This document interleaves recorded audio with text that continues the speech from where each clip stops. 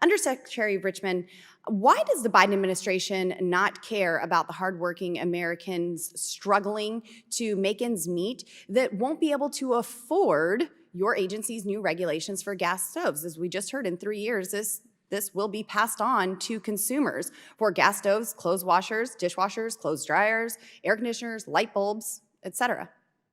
Well, thank you for that question. My statistics are really about the gas stoves with regards to that, that issue. But let me again reinforce the fact that 50% of those gas stoves. That still gets passed on to the consumer. So just by saying that somebody is more well off, more wealthy than someone else, that doesn't matter, that argument is not flying with me. From mandating new electric vehicles and electric stove mandates to promoting ESG extremism to pushing radical Green New Deal policies, there's one thing you can always count on in this administration to do, and that's put the American people and our economy last. Dr. Richmond, do you believe, like many of our other colleagues, like many of your other colleagues in the Biden administration, that gas stoves strongly contribute to climate change through greenhouse gas emissions? Well, I'm here today to talk about the do you believe that gas stoves, which you said you're here to talk about, do they contribute strongly to climate change through greenhouse gas emissions?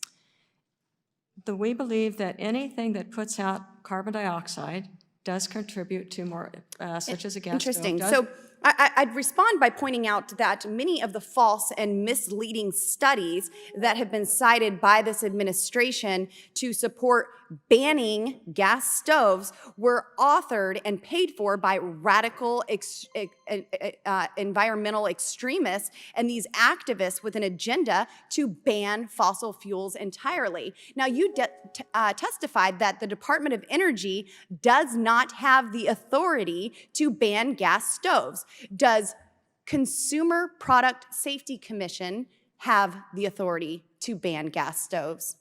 I don't believe so, but that's not something I'm certain about. I'd be happy well, to then get why, back to Dr. Richmond, did Richard Trumka Jr., a commissioner appointed by Joe Biden at the Consumer Product Safety Commission, say, and I quote, "Gas stoves are a hidden hazard. Any option is on the table. Products that can't be made safe can be banned," end quote.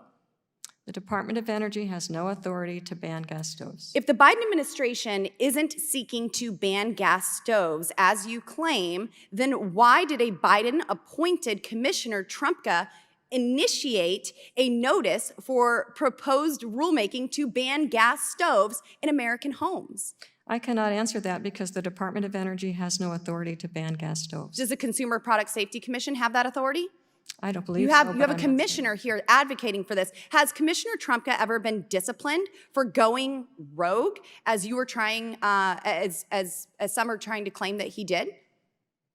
The Department of Energy does not have the authority to ban gas stoves. Has he ever been? Has Commissioner Trumka ever been disciplined for going rogue with this statement? I have no idea. If he hasn't been disciplined, he is still an acting Consumer Product Safety Commissioner, and he has aggressively tried to ban gas stoves in American homes. This is shameful that you can sit here and try to claim that the Biden administration isn't trying to ban gas stoves. Do you think that Commissioner Trumka should resign or be disciplined for his comments and efforts to ban gas stoves and end this consumer product? I'm sorry, I don't have anything to say about that. You wouldn't condemn any remarks like that?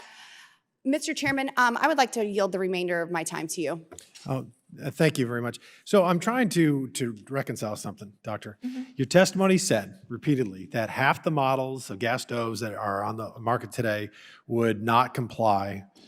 But, you know, obviously glass half full, then half would. But then when you do the research and you read the Department of Energy's own estimates, it reflects that 96% would be non-compliant. Please help me reconcile these two figures. Thank you so much. I've been trying to slip Again, that in. don't thank me, just please No, okay, help here us we go. 50% like you talked about, the other 50%. So what we did was take a small with the 96% comes from the fact that we took a small subset of those that would not comply, the ones that looked like they would least comply, and we did tests on them. We did tests on them to see actually would they comply or not. There were 21 of those. One of them did comply, 20 did not. So it was 96% that did not comply of the 21 models, but there are many more than that. So that's where the 96%. But that's a pretty good sample size. I mean, any statistician would tell you. You randomly pick these 21 models? They were the ones that when we looked at them, well, it wasn't particularly random because we looked at all the manufacturing specifications that they had there, and we looked at the ones that had features that seemed to be the least efficient. So we took those 21. That's why these 21 are really the ones that seem to be the least efficient, whether it be whatever component it is. And that was only one of those 21 then passed. But why wouldn't you pick a sample size that would reflect the market? Because in this case, we actually did physical tests on them, and we don't have the capacity to physically test all of them until the rules are passed, and then we are able to be able to make sure that they comply. Okay, my time is up.